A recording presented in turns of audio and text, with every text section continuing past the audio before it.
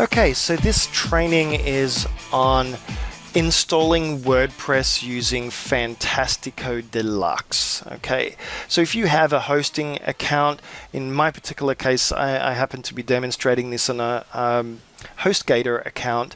HostGator accounts come with Fantastico Deluxe. There are a few other installation scripts that will help automatically install WordPress for you. I think one of them is called Easy Scripts or something like that, but Fantastico Deluxe I like the best. But I will also be creating a training video on how to manually install WordPress as well. But anyway, so first thing is you want to log into your Cpanel account. So I'm just going to go in here and put in my user ID and then my password. Okay, and then click login. So in theory, if you got the correct login ID and password, it will go ahead and log you in. You can see this is a brand new account that was just created, and if you wanted to go through the training and so forth, you can, but I don't want to. So anyway, this is for my domain marketing mosh pit, and it's telling me how much space I have available and what my transfer limits are and all of that sort of stuff. But very simply, all I do is I go down to software and services. If you have a slightly different version of Cpanel or you have a different skin for your Cpanel, these buttons might look different and they might be configured and shown in a different configuration or different way. But anyway, what you're looking for is you're looking down here and you're looking for Fantastico Deluxe.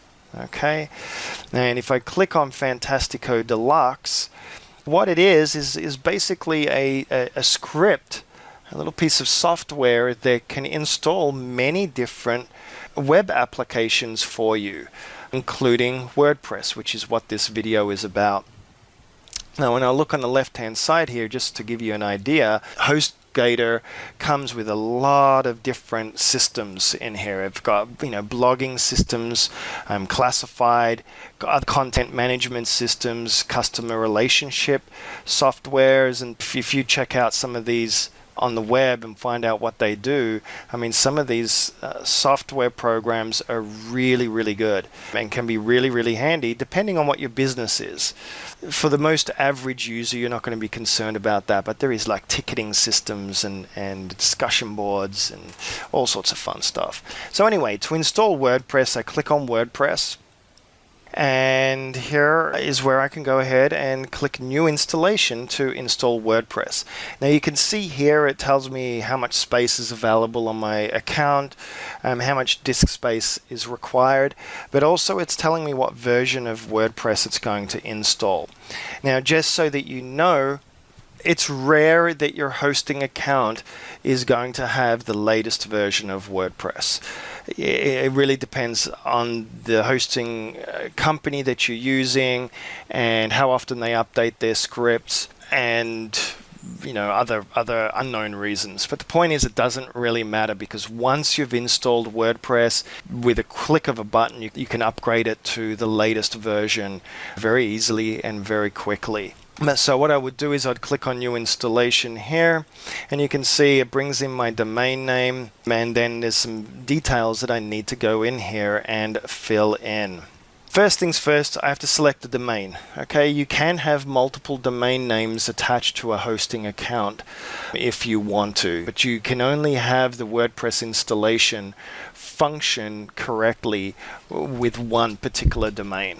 Okay, so that's really important to know. Install directory, that is important.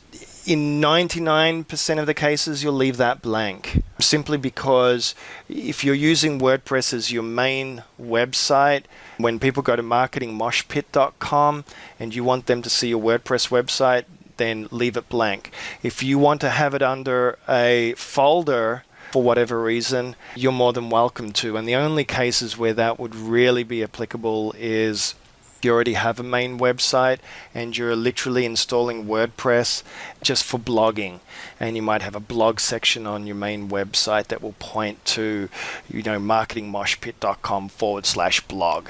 Okay, admin access. Okay, I'm gonna be a bad boy and I'm gonna put in admin and admin for my user ID and password. Under no circumstances should you ever use admin for your user ID and password, and you shouldn't even use admin as your user ID. Okay, the reason why is quite simple. It's very common and it's the default setting on not only on WordPress, on most WordPress installations, but also on many other website platforms and softwares and things like that. So generally, if a hacker is targeting a website, they're going to try to attack and hack using the user ID of admin primarily, and then trying to figure out the password from there. So just merely by using a completely unique username and of course using a difficult password, you're going to protect yourself from general hacking. There's other types of vulnerabilities and things like that, which we'll talk about when we get to the security, WordPress security training.